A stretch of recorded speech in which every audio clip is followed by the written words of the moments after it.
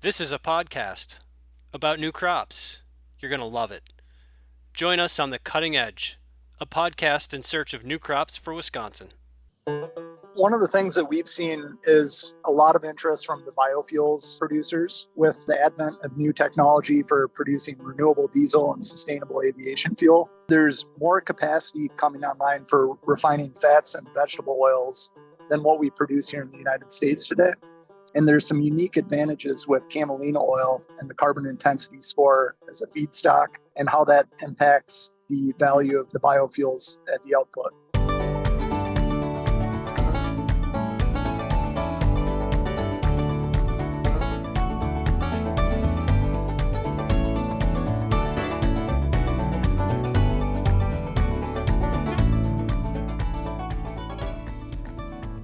Welcome to another episode of The Cutting Edge, a podcast in search of new crops for Wisconsin. I'm Stefan Mirsky, Outreach Specialist for Emerging Crops with UW-Madison Extension. I'm joined today by my co-host, Jason Fischbach. Hey, Jason. Hey, Stefan. And we are here to learn about winter camelina, a crop that has been getting a lot of attention and hype recently for reasons that we'll talk about today. We have three guests joining us today who are leading the charge in the upper Midwest with the introduction of this crop. Welcome to you all, and thanks for joining us.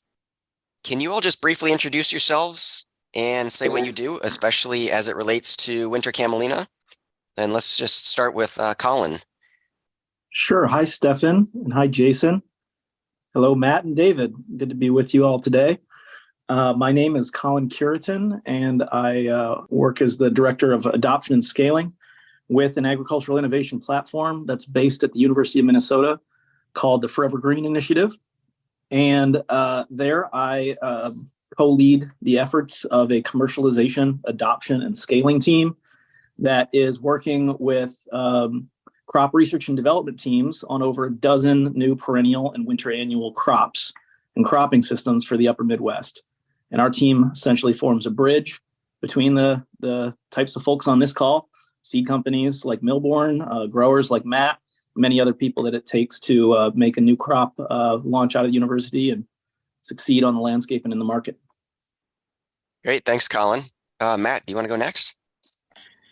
Yeah, thank you, and pleasure to be here. I really appreciate the invite. Yeah, as you said, we're a third generation family farm in near Kellogg, Minnesota, so southeastern part of the state. Our focus has been, especially within the last 5 years or so, has kind of been a regenerative model, very diverse cropping system where we actually incorporate cattle as well. So we're always looking for crops that may give us an advantage or a different angle. And lo and behold, Camelina kind of came onto the radar through programs that Colin's involved in. So we partnered with them last year to try and give it a shot as part of a cropping system where we had camelina and soybeans going on in the same field, kind of a relay system, and that kind of got us off on the for the races, so to speak, to give camelina a try. Great, thanks, Matt. David, are you there? Hi. Yes, can you hear me okay? Yeah. Great. Well, my name is David Kiesner. I'm the Director of Business Development at Millborn Seeds. Our company has been around since 1987, and we're located in Brookings, South Dakota. And we call ourselves a specialty seed company because we deal with over 1,200 unique species of seed that we really manage from end to end. So we contract produce seed with seed growers across the United States. We bring that to cleaning facilities into our warehouse where it's either sold as a monocrop seed or gets put into a mixture. We package that and then distribute across North America. And as it relates to Camelina, we kind of serve as the link between the genetics and getting that into commercial production. So we would take Camelina genetics, scale up seed production, and then distribute that to growers that fit into the commercial supply chains. So first question, I think Camelina is new enough that we should probably do a little review. So it's a winter annual and it's an oilseed crop and it's being positioned as a forever green crop for protecting soil and water quality. But what else do we need to know? What do our listeners need to know about Camelina? What is it as a plant? What is a winter annual? Anyone want to jump in on that? Sure, I'll jump in, Jason, and say a few things. Camelina is in the mustard family. It's a Brassicaceae. And Camelina is actually an ancient oilseed crop that was in production in northern and eastern Europe for many, many years, going back hundreds of years, somewhat upstaged by the emergence of rapeseed oil. But Camelina is both actually a spring and winter crop. There are spring lines, there are winter lines, and there are semi-winter lines. And there's actually a lot of activity in the US and Europe around spring Camelina, and winter Camelina is kind of eagerly coming up behind that work. Spring Camelina is often going to market as a cash cover crop or catch crop, as they say in Europe. And here in the US, fitting into dryland wheat rotations in the Western United States. And our vision for Camelina is that it serves as a cash cover crop that fits into existing rotations here in the upper Midwest, say in the Dakotas, Minnesota, Wisconsin, Iowa, in between current rotations. And some other important things to know about Camelina is that it's has a relatively high oilseed content, 35 to 40%, and is also extremely winter hardy. So if you get that crop established in the fall in a small rosette stage, Matt could tell you what his farm looked like in April, and we could hear from him on that in terms of its its fall establishment, winter survival, and spring growth. Happy for anyone else to add aspects on the basics of Camelina. I think you covered it well, Colin, and I think we'll probably get into some of the end-use market applications. But from my perspective, there's an exciting opportunity to add this into rotations. And we're seeing pull-through demand, from commercial partners that are looking to produce biofuels or, high-value animal and pet nutrition, and potentially some cases in edible oils for human consumption. So I think there's a lot of promise that this could be a crop that scales because demand is pulling it. So in terms of why Camelina and why now? The rumor has it that, some of the bigger buyers and markets in the world are all of a sudden interested in Camelina primarily due to supply chain disruptions in traditional oilseed crops. Do I have that correct? Or if not, why does Camelina seem to be coming into its own right now? Well, one of the things that we've seen is a lot of interest from the biofuels producers, and with kind of the advent of new technology for producing renewable diesel and sustainable aviation fuel, there's more capacity coming online for refining fats and vegetable oils than what we produce here in the United States today.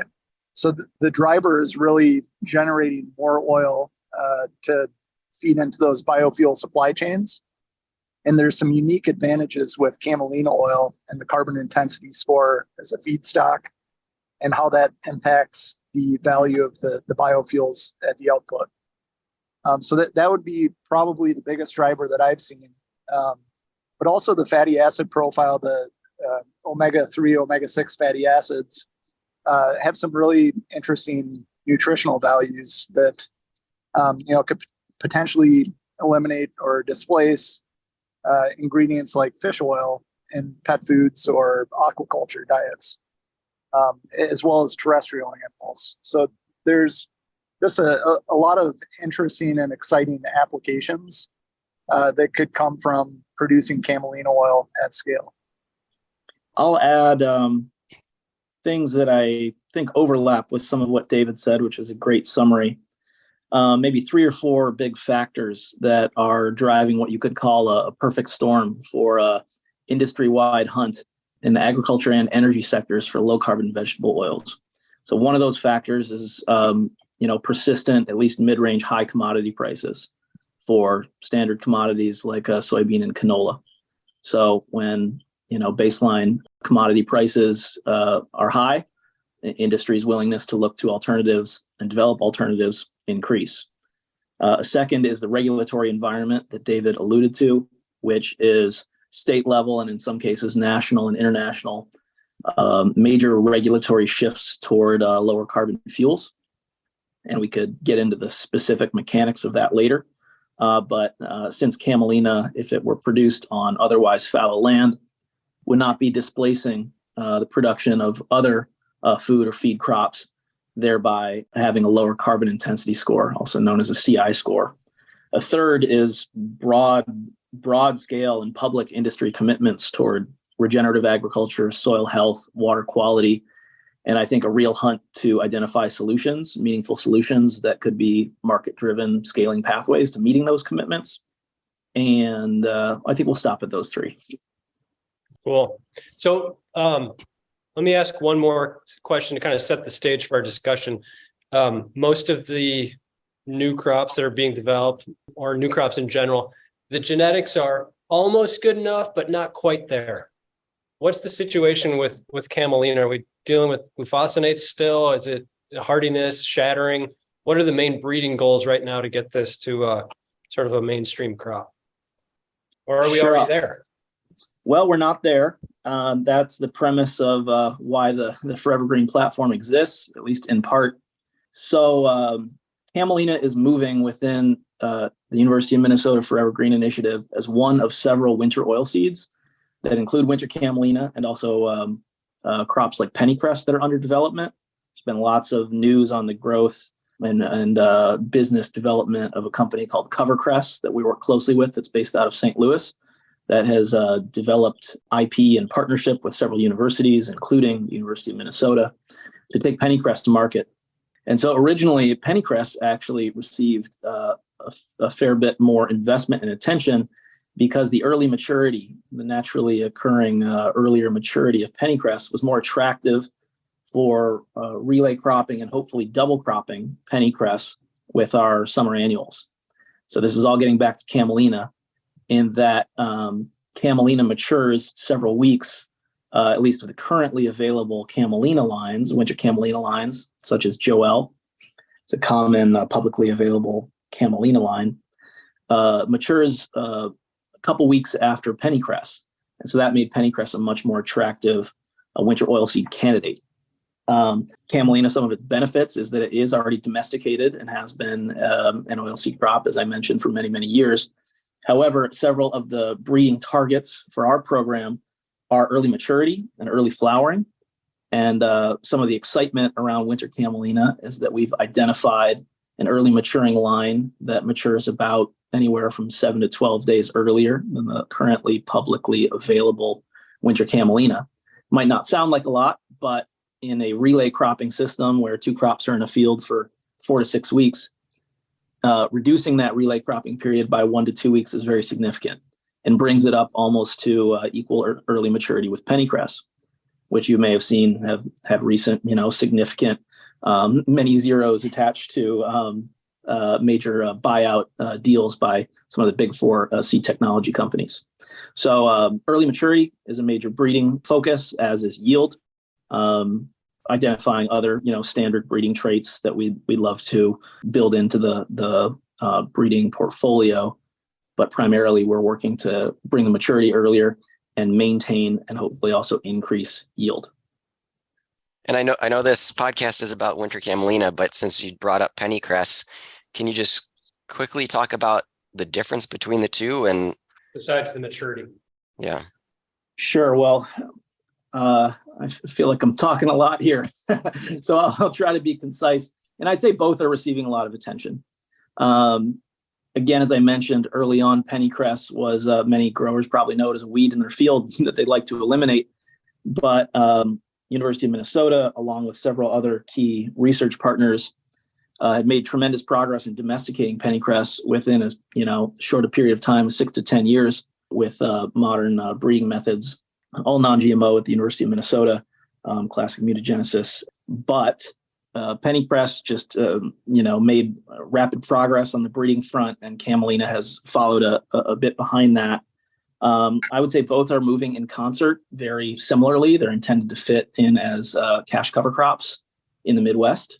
Just happened to be that some IP filings and early research investments moved into pennycress a little bit earlier. But we think both have their place on the landscape, certainly in the upper Midwest and the southern Midwest. Yeah, and Colin, I would add to that too. One of the challenges or differences with pennycress, you alluded to most farmers seeing it as a weed that they want to eliminate from their fields. There's also some state regulation that limits where pennycress can be planted today. So there's some regulatory hurdles that I think will be overcome for wider scale adoption of pennycress. But as it sits today, Camelina doesn't have those restrictions. So in a state like South Dakota, you won't be able to plant pennycress today as it sits.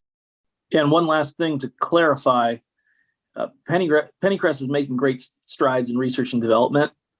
But just for your listeners to kind of calibrate expectations, pennycress right now, with the exception of several thousand pilot acres in the southern Midwest, does not exist as a crop on the landscape.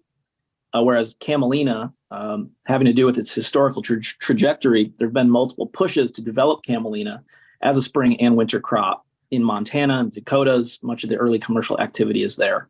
So some of those regulatory barriers that David mentioned have been broken down over the last 20 years. Feed approvals have been cleared. There is a GRAS status for human food consumption for select Camelina oil profiles. So there's a lot of nuance there in the historical trajectory of Camelina relative to the R&D intensive focus of pennycress, whereas I think Camelina is now coming more under the umbrella of R&D efforts by multiple public and private entities. Let's shift gears a little bit. Matt, can you talk through your experience growing it, how you're growing it, how you got first involved with it? You're part of a pilot project, right, to grow this? Yep, and I don't recall exactly how we came across it. I follow the University of Minnesota Extension, the Forever Green project, and so I'm sure it came across as in some of their communications there, but eventually did reach out to them and kind of offered to get involved. And as soon as I got in touch with Colin, kind of things went pretty quickly from there. We were looking for an opportunity to kind of expand some of our cropping options. We've been doing cover crops since like 2015 or so, winter rye and kind of the typical cover crops we'll see in the area. And that's been fine, but we kind of look for options where we can plant that fall planted crop that we can then harvest. So we get a little more out of it than just putting roots in the ground, which is a good thing in and of itself. So Camelina seemed to present an opportunity to find something that met more of our goals than just strictly cover cropping. So the other benefit was partnering with the technical expertise of the Camelina team and the people that kind of to network with and connect the dots on some of the stuff on the back end that they're talking about with markets and kind of getting the end product to market. And then did you want the experience from beginning to end, or did you want to cover something more specific?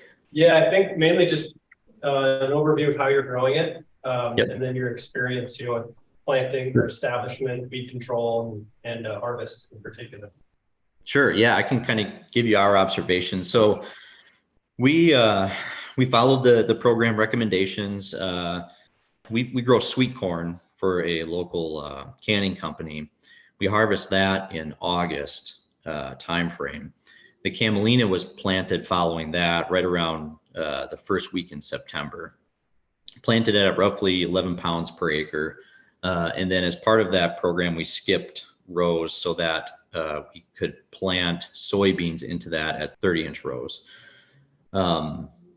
Planting due to our planter was a little tricky, so it kind of different rates across the field. But on the average, we hit that 11-pound mark. And then it overwintered fine. We got germination great. It was the first crop that we had, we had rye in and stuff like that for cover crops. It was the first one to really green up and take off in the spring, which its performance in that regard was better than anything else we had planted. So that looked great. Planted the soybeans kind of early May, no-tilled that in, got good germination there. That went really well. And for the most part, That went great. We did put some fertility on, about 50 pounds of N in the spring, and that kind of helped give it a little boost. And And Matt, then- when those soybeans germinate, are they poking up through the rosettes, or because you skipped a row, they've got open ground to germinate in, or? they had a little bit of open ground. Okay. So for the most part, when you're doing that, you got to be a little more precise. We don't have GPS guidance on our equipment. So we did the best we could to keep within those rows, but for the most part, it did work out to keep in that space, which I think helped the beans come along with getting some sunlight and that type of thing. So kind of as we went into spring, my observation, for the most part, the beans and the Camelina came up fine together. We got, generally I would say we got really good weed suppression, especially on the end of the field or the side of the field where we did make that adjustment and get some heavier rates on the planting. So I think that was a benefit. When it came time for harvest, the crop looked great. The Camelina crop did. When it came time for harvest, that was new to us. We've never done anything like this before, but for the most part, we were able to harvest it okay. The combine, the contractor we used to harvest, I think we probably needed a different sieve in the combine. We didn't have something for that small of a seed. So I think that would be one point where of improvement or change for the future. We ended up getting about 700 pounds per acre for the end production after it was cleaned and everything. We did do a chemical application after Camelina harvest. As that Camelina kind of went to maturity for harvest and thinned out, some of that weed pressure did come up, and so we did do a chemical application there. Bean harvest, we got about 26 bushel an acre, so probably nothing to brag about at the cafe, but for the most part, we were pretty happy with the experience to move forward with something like this and kind of gain that learning knowledge. So we were okay with that. And Colin can speak more about the program, I guess, but the program really helped us kind of take on that risk.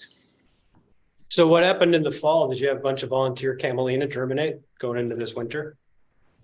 No, not a whole lot. We did have some. So we'll kind of see what's uncovered as the snow melts, but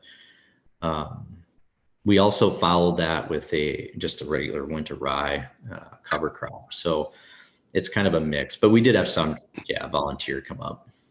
Okay. And in terms of establishment, is it going to have to be a crop that's coming off in September, or will there be options to interseed it in standing corn or something?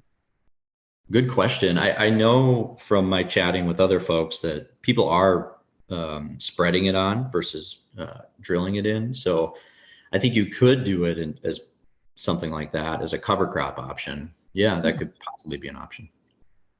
That is a focus of our agronomy program over the long term, is how to incorporate Camelina and other fall seeded cash cover crops we're working on into our main corn, soybean production systems.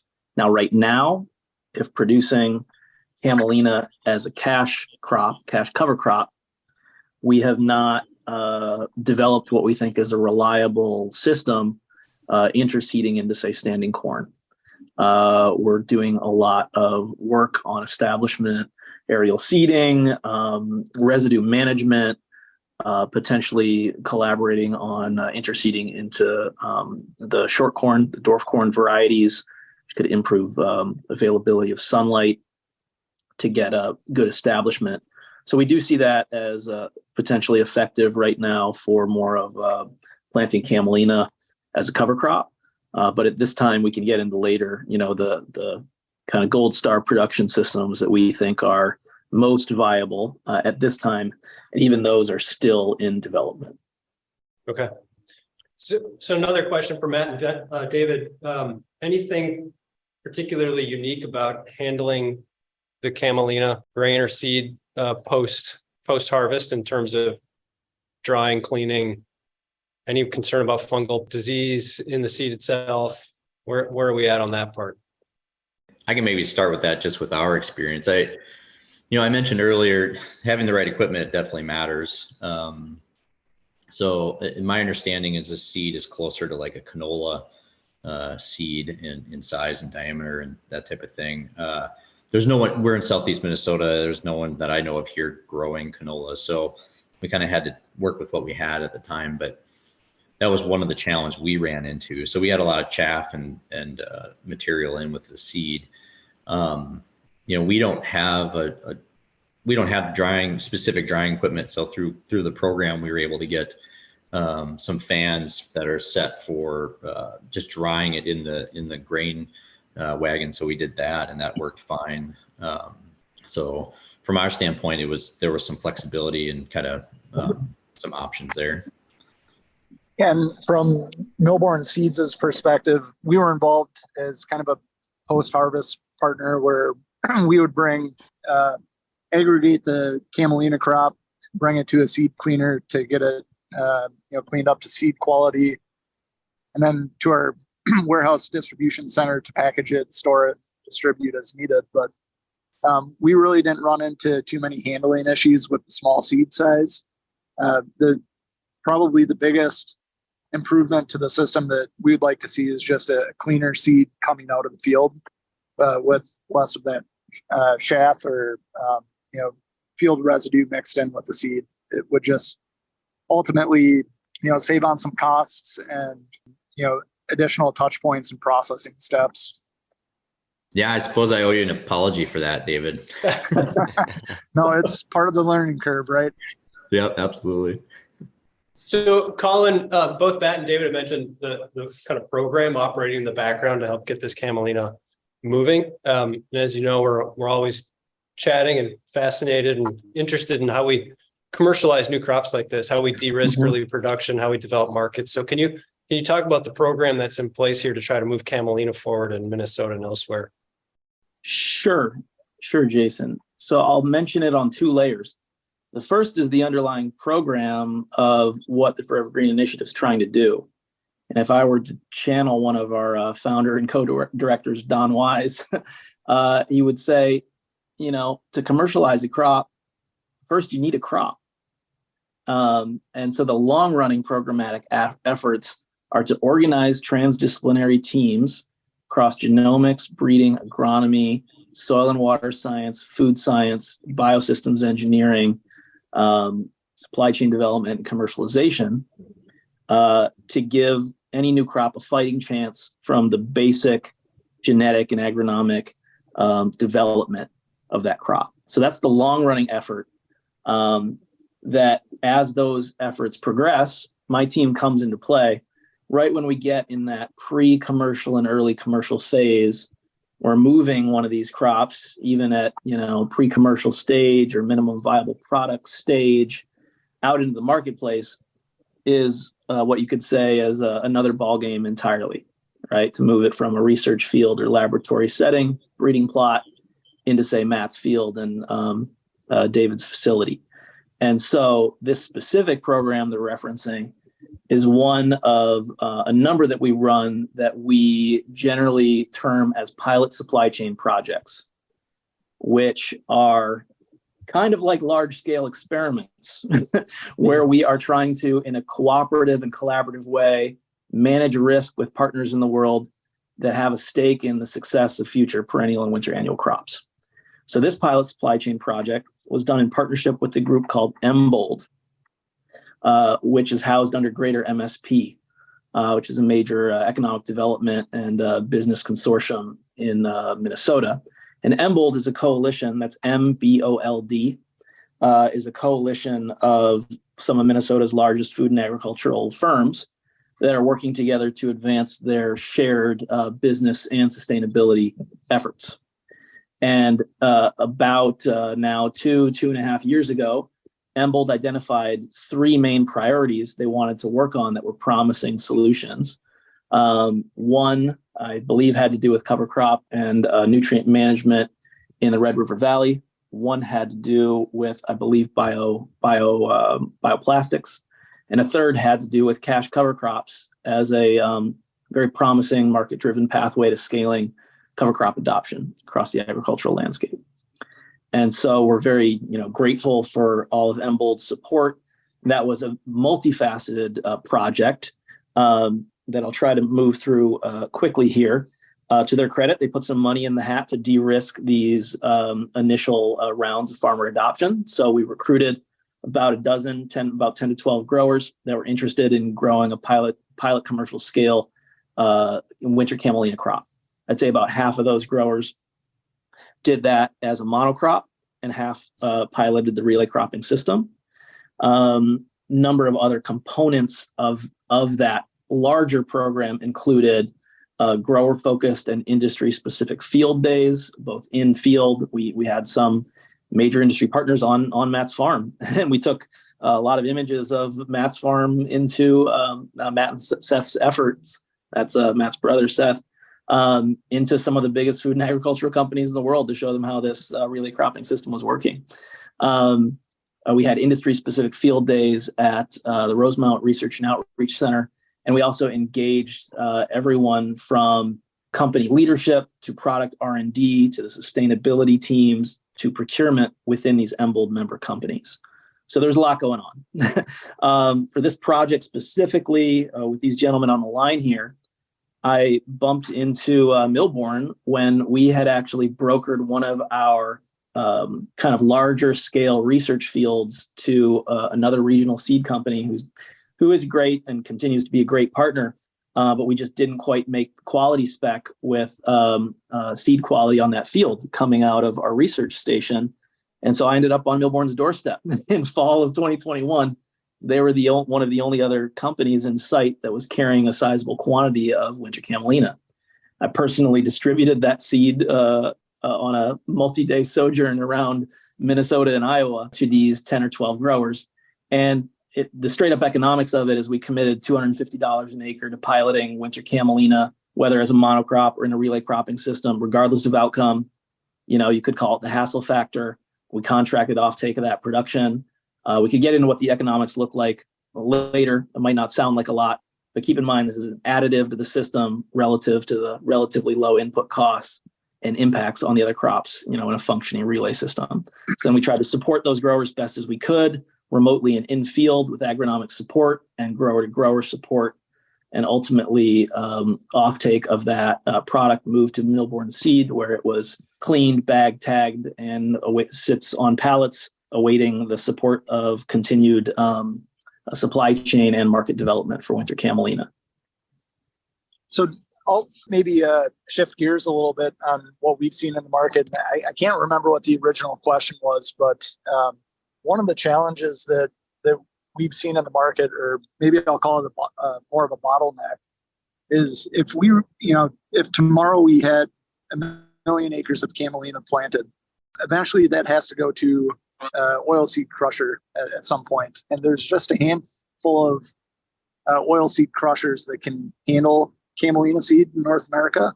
Most of your soybean processing plants just are not set up to switch in and out from soybeans to an alternative seed, and especially not one the size of camelina.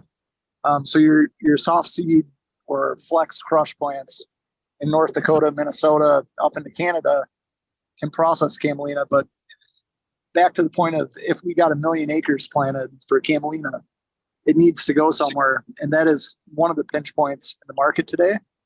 The demand for the oil and the protein co-product are not necessarily pinch points or challenges. All of that oil could be consumed in a very short amount of time, and there's demand for it. It's just the extraction step. We're going to need to really see some infrastructure development to enable this crop to scale. I was curious, are there other companies that are cleaning the seed besides Millborn, or how many companies are there that are doing that processing? Yeah, that's a great question. There's certainly seed cleaning plants across the country that likely deal with public varieties of camelina.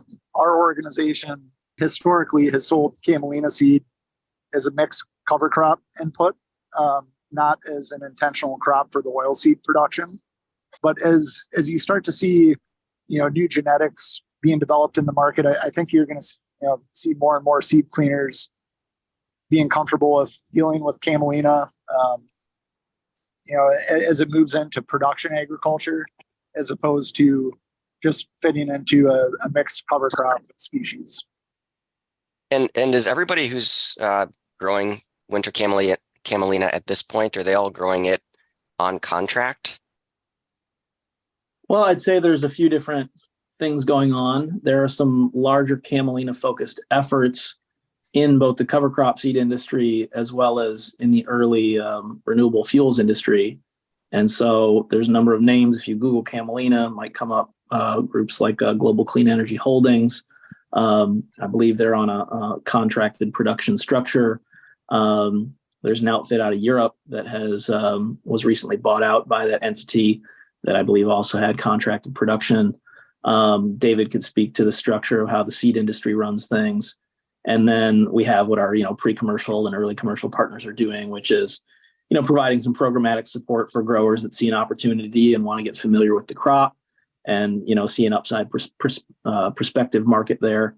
But I would say, I should also mention there is an active biotechnology company that is now they're developing a number of higher value traits directly in camelina, and they have contracts available. They're also growing for the renewable fuels market.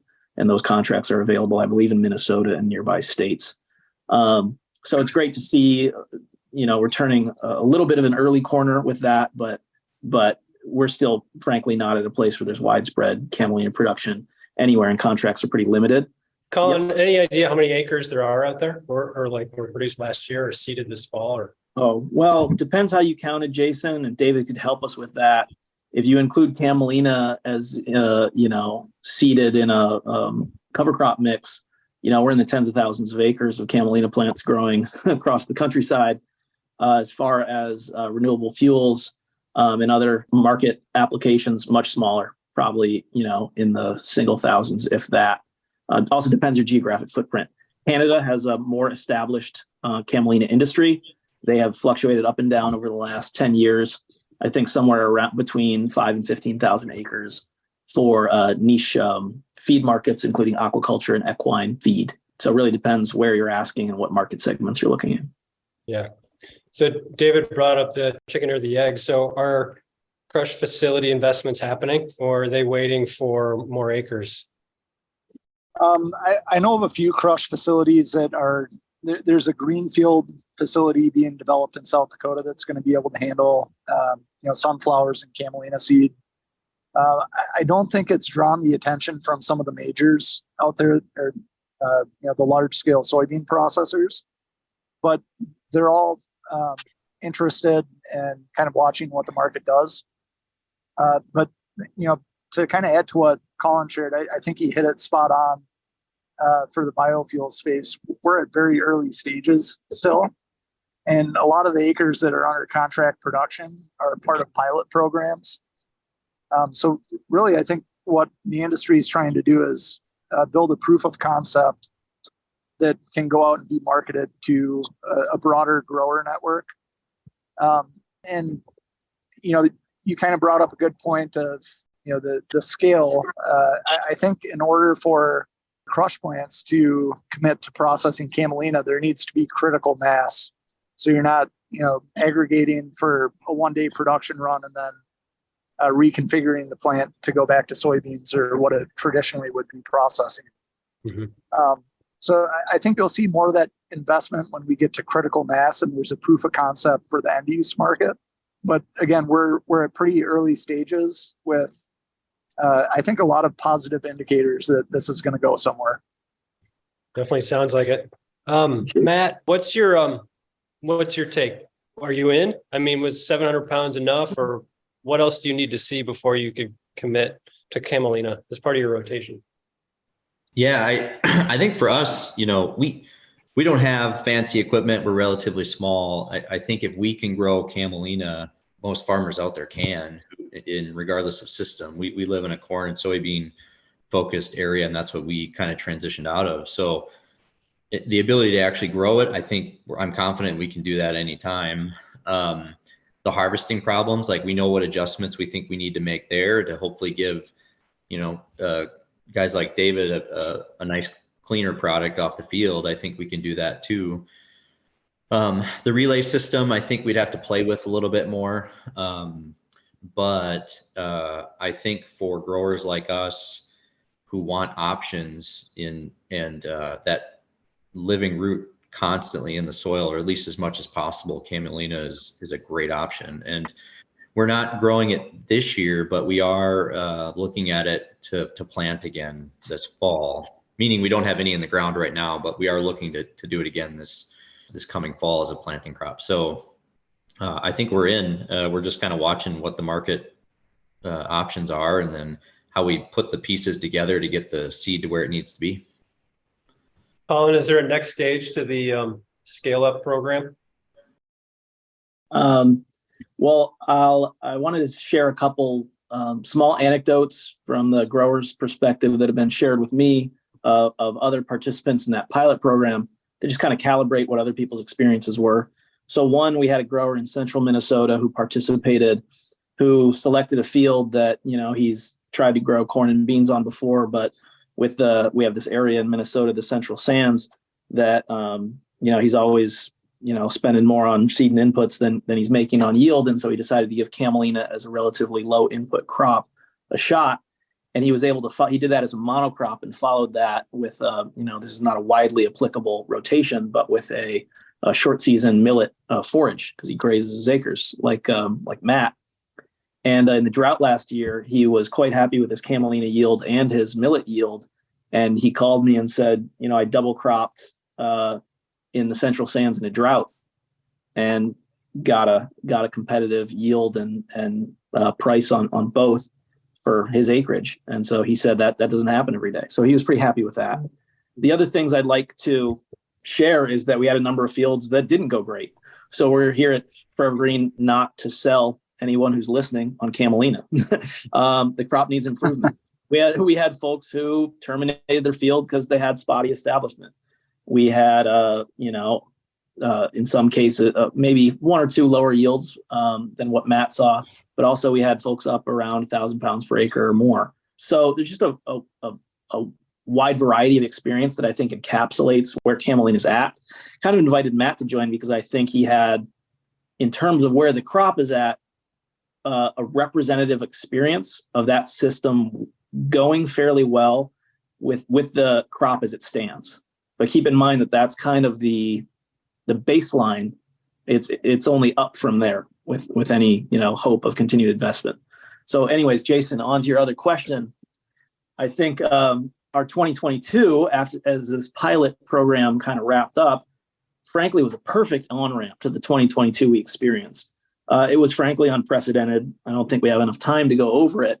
But right as those fields were wrapping up, we had just about every major food and agriculture company, some of the biggest entities you can think of in the upper Midwest, but also globally, come to our doorstep and tell us the story of cash cover crops that we've been working on for 10 plus years with those big macro shifts we talked about. I think it was timed fairly well. We heard the rumblings and put a plan in place to have some proof of concept that we could rally around. And so we're talking several of the biggest seed technology companies, global processors, input companies, both manufacturers and retailers. The USDA Climate Smart Commodities Program rolled out, and David could share, that they're engaged significantly in several of those, one of which focused on Camelina. And so the interesting thing I'd maybe like to wrap that section up with is to say that we're now in concrete negotiations with a kind of leading several candidates for a comprehensive partnership to develop the winter oil seeds. Of course, I'm wrapped into about a dozen non-disclosure agreements, so I can't say that much more.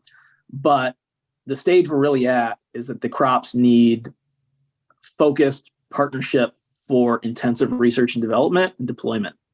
We're not going to see scaling on the landscape without major investment in R&D. And we also need those R&D partners who are committed to scaling on the landscape in partnership with us over time. And so we hope to be able to, turn some corners on that process in the next, say, 3 to 6 months.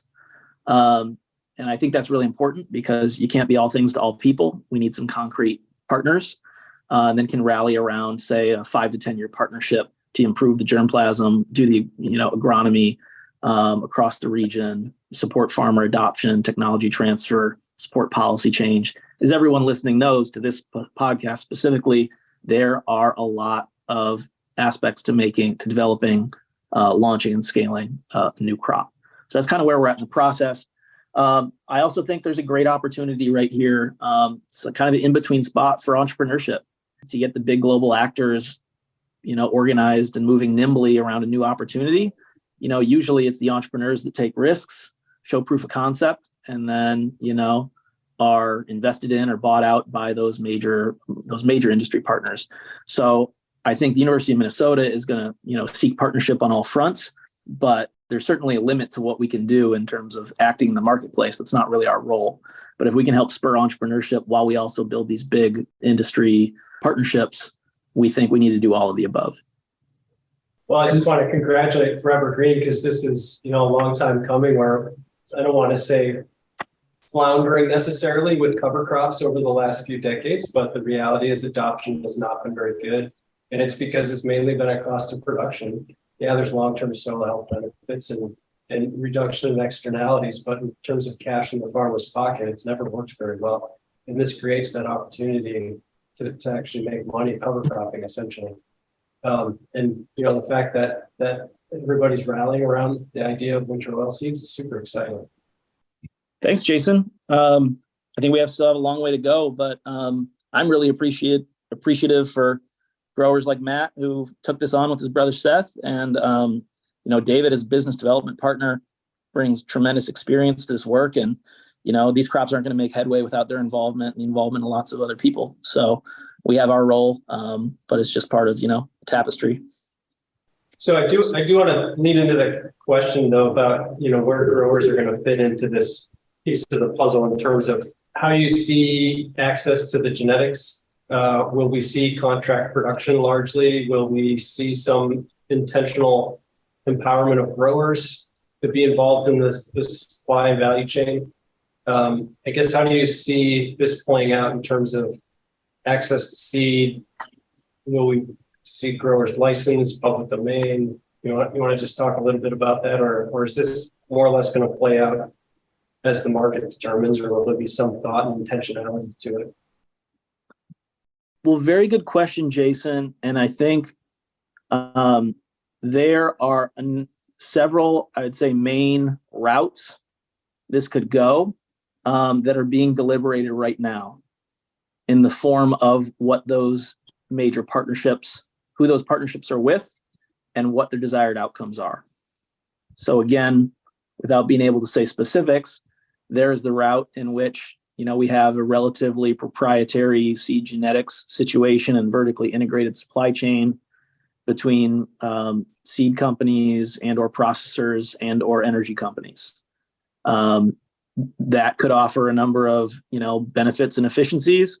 And there's also the situation actively being debated about whether we pursue more of a public and open commodity market that will allow us to operate with less proprietary genetics, public or co-exclusive licensing that would allow for the large scale, movement, contracting, et cetera, of Camelina and other winter oilseed crops to meet, the demands of energy markets.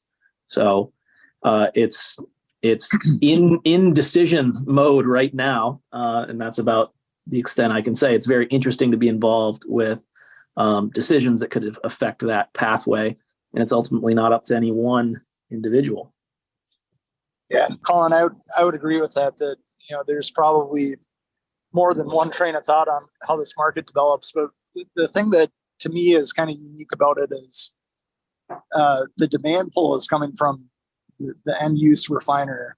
And that kind of sets the stage for a closed loop supply chain with, dedicated production to feed into those facilities.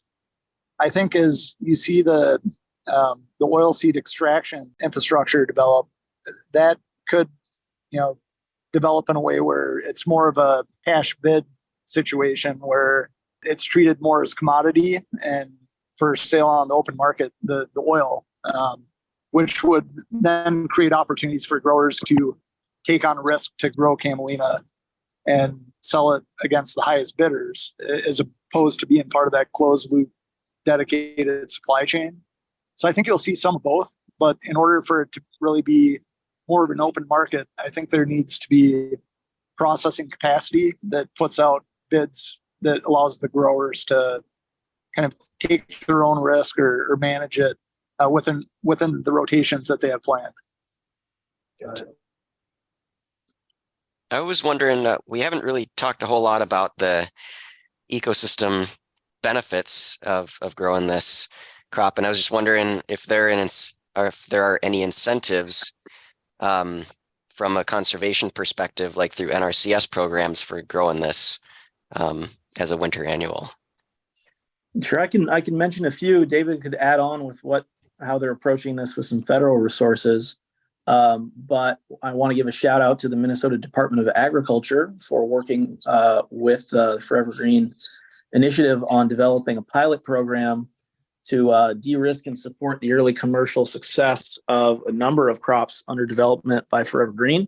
So we started with a program to de-risk and support success of kerns of perennial grain, try to maximize the siting of those new acres on drinking water supply management areas in the state of Minnesota.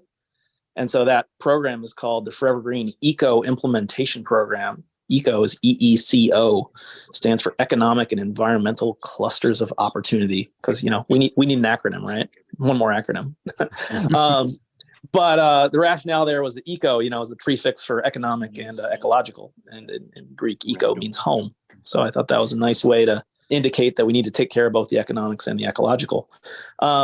And so that program is now extending to winter camelina and 2 other winter annuals, hybrid winter rye and winter barley. We released the first winter barley line for the upper Midwest called MN Equinox. But that program provides both an environmental benefit payment for winter camelina, about $20 to $40 per acre based on the modeled water quality impacts using the nutrient tracking tool. And we also are offering risk management, basically like partial crop insurance, that if grower, for any reason outside of their control, pursuing best management practices, sees a loss on the field or in the market, will eat about half the cost of production. So wish we could do more, but sharing the risk is important, and we got to manage the amount of money in the bank, try to get resources to more acres. So that is one example. Also, the Olmsted County Soil Health Initiative, this county in southeast Minnesota, is included winter camelina in a de-risking program using some federal, I think, ARPA dollars. And then maybe David, you could share what you're up to. And then I could circle back to NRCS in terms of some of the long-term work with incorporating NRCS support for cash cover crops. Yeah, and Colin, I'll talk a little bit about the Climate Smart Commodities grants. So these were awarded in 2022, so just last year, and we'll be kind of going through implementation phases this spring, and the program is over a 5-year period. There's 2 specific grant applications that wrote in camelina production as part of the mission. One of them was through Sustainable Oils and Global Clean Energy. And the other one was the lead applicant was Millborn Seeds. And for our grant specifically, it's to encourage the adoption of cover crops. And so we listed 5 different cover crop species, camelina being one of them. And the federal funding that we received will be allocated for incentive payments to the growers to kind of help get over the edge of trying something new, but also to provide technical and agronomic services to those growers. So we will have field agronomists working with the grower network to really help them fit this into rotations and manage it properly. And then based on performance, they would see fairly modest. I don't think all the details are worked out, but it would be fairly modest incentive payments for planting these cover crops. David, sorry if I missed it, but did you say the geographic area of where growers might be eligible for the program? Yes, I believe for our grant, we had a focus on like a 9-state region throughout the upper Midwest. Um, but within those programs, it's not, black and white hard line that we can't move out of that territory. That's just going to be where we're going to dedicate resources towards. And, certainly if you were in a state that fell outside of what was written to the grant, we can still work with those growers. Okay. Speaking of those growers, they're tuning in on the podcast, let's say next week, and they're super excited about Camelina now. What are their next steps? Is there an association? Where should they go? Well, I think learning more about the crop is a great first step. And you can do that through a number of the resources we have on our website at University of Minnesota Forever Green Initiative. I think Millborn is a great market partner to learn about, the production and retail end, and AgSpire, one of their subsidiary partners, I'm sure has some agronomy support, not to offer up, folks to start they're ringing your phone off the hook. Get involved. Yeah. And I know for folks, at least in their area, Matt has proven to be pretty supportive in talking to other growers about the opportunity. And I've been trying to get him into conferences and legislative hearings and other things, because I really appreciate when growers are able to share their experience. As I mentioned, there are a couple companies that have active Camelina contracts now in the upper Midwest. So if they're really bullish on it, we could put you in touch. And I think they're publicly open that they're looking for acres. So their name is Yield 10 Bioscience. They have some contracts available. But otherwise, this use of Camelina as a cover crop, I think, is a great on-ramp to seeing it in the field, getting a little practice, risk managed, experience with the crop is a great first step. And then you'll have those benefits to the cover crop without fully committing to it as a cash crop as these markets develop. And Colin, one thing I would add too is, for any growers that are interested, bringing your specific situation, what your crop rotation looks like, to some of the experts with Forever Green to kind of understand what your opportunities could look like would be a good first step.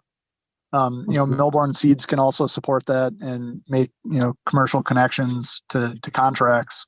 But if you're in, Western Nebraska and you're putting this into a wheat rotation, it's going to be a very different scenario than, being in Iowa where you've been growing corn and soybeans. So kind of trying to understand what that crop rotation looks like and what the economics potentially would look like would be where I would start if I were a producer myself.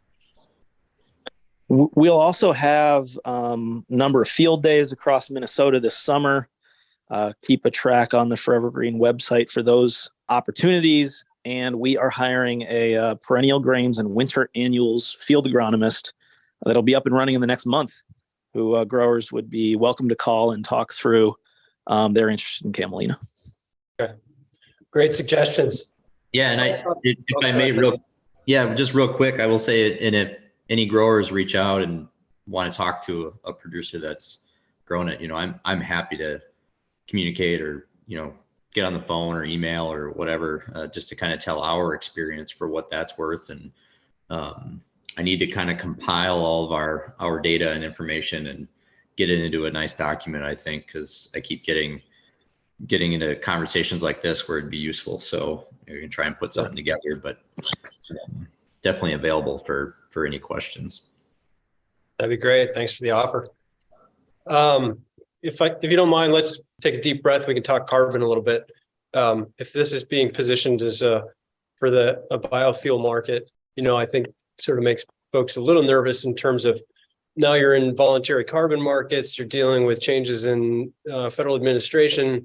Is this market tied up in all of policy, or is this legit on its own? But maybe just talk through, if you will, the carbon implications in terms of incentives coming to make this market a reality, or also if folks are capturing some carbon payments and who might see those benefits as this develops.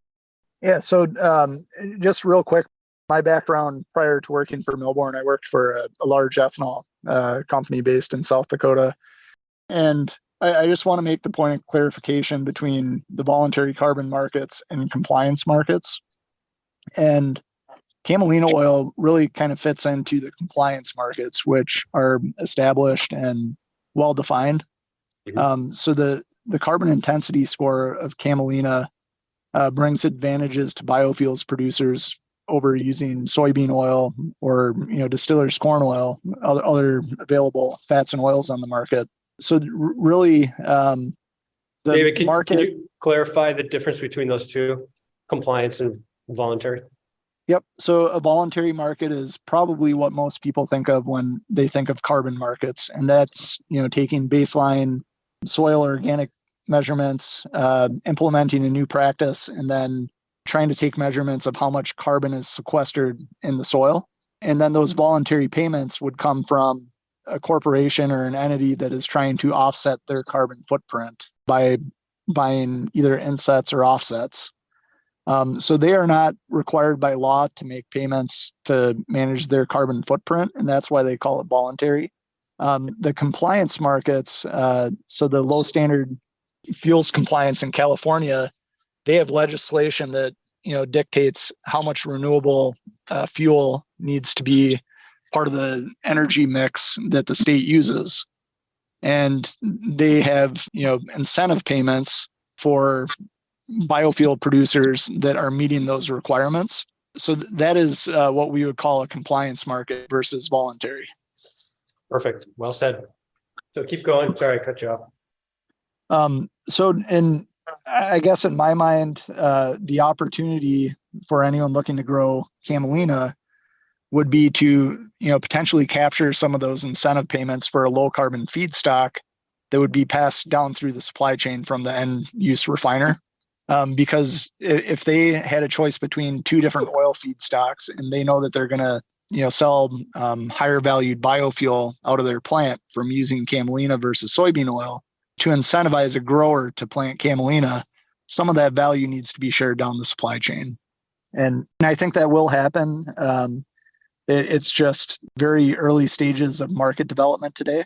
And I think in order to incentivize growers to produce this at scale, you're going to see some of the supply chain partners put together offerings that really kind of help out the growers and provide value back to the farm level.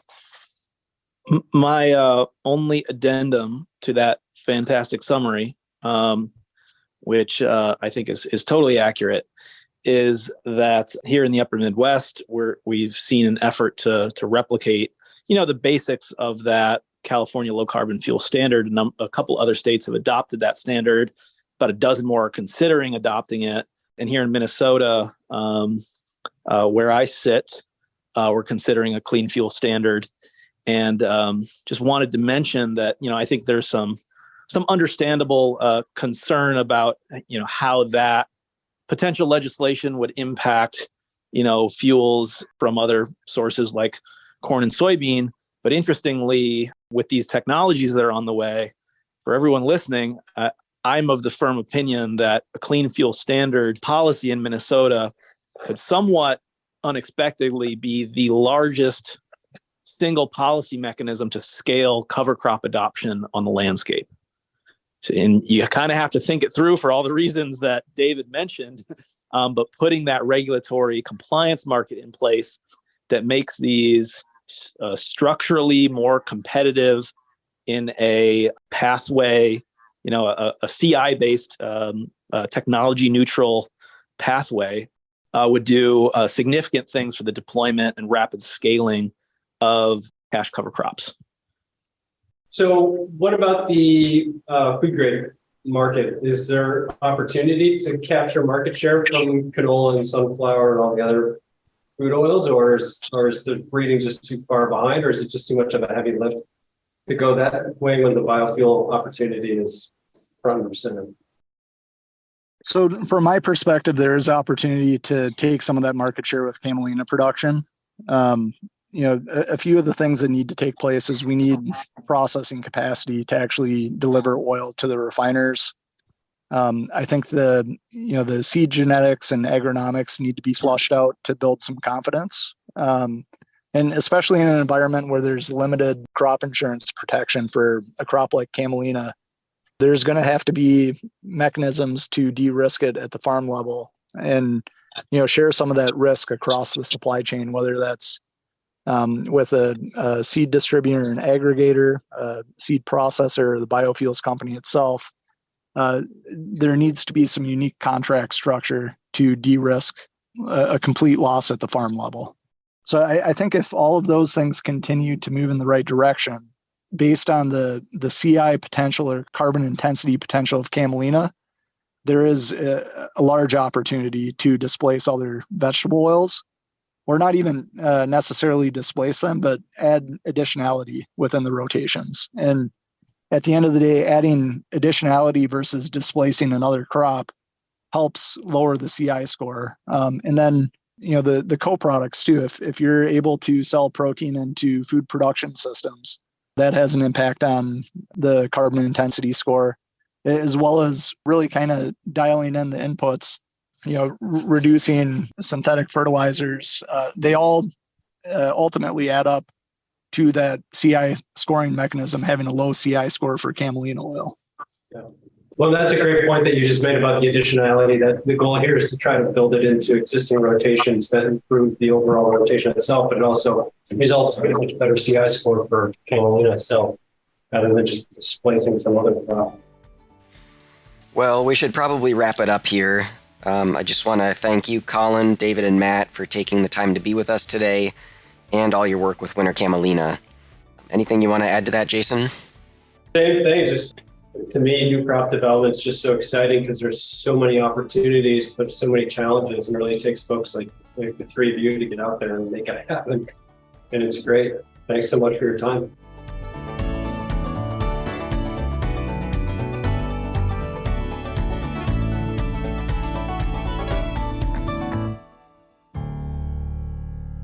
Brought to you by the University of Wisconsin-Madison Division of Extension.